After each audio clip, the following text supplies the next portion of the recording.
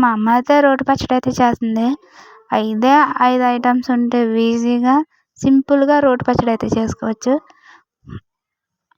పచ్చిమిరపకాయలు, నూనె, ఇంకా టమాటాలు, ఎర్రశనగగుళ్ళు, ఇంకోటి గ్యాస్ లేకపోతే ఇవన్నీ చేసుకున్నాం కదా.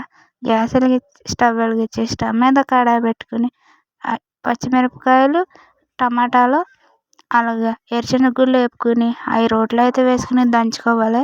రోట్లో పచ్చడి అయితే చేయడం వల్ల సూపర్గా ఉంటుంది.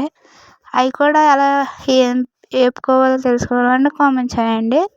ఓకేనా, షార్ట్ వీడియో అయితే చేస్తాను.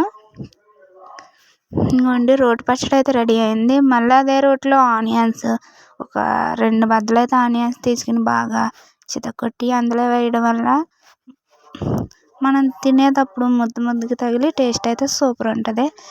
మీరు ఎవరైనా రోటి పచ్చడి ఎలా చేస్తారో కామెంట్ చేయండి. మీరు మిక్సీలో చేస్తారా, రోటి పచ్చడిలో చేస్తారా? రోట్లోని చేసుకుని చూడండి, టేస్ట్ అయితే సూపర్ ఉంటుంది.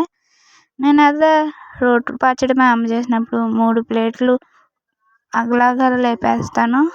3 ప్లేట్లు అయితే తింటాను నేను, అంత ఇష్టం. వేడి వేడి అన్నంలో ఈ రోటి పచ్చడి వేసుకుని కొంచెం నెయ్యి వేసుకుని తింటే సూపర్ ఉంటుంది. మా అమ్మ అయితే తింటుంది చూడండి. ఎలా ఉందమ్మా అంటే టేస్ట్ అయితే సూపర్ ఉందండి. ఓకేనా, మీరు మట్టుకి లైక్ చేయండి, షేర్ చేయండి, సబ్స్క్రైబ్ చేయండి. ఇలాగే మన ఛానల్ సపోర్ట్ చేయండి. Bye friends.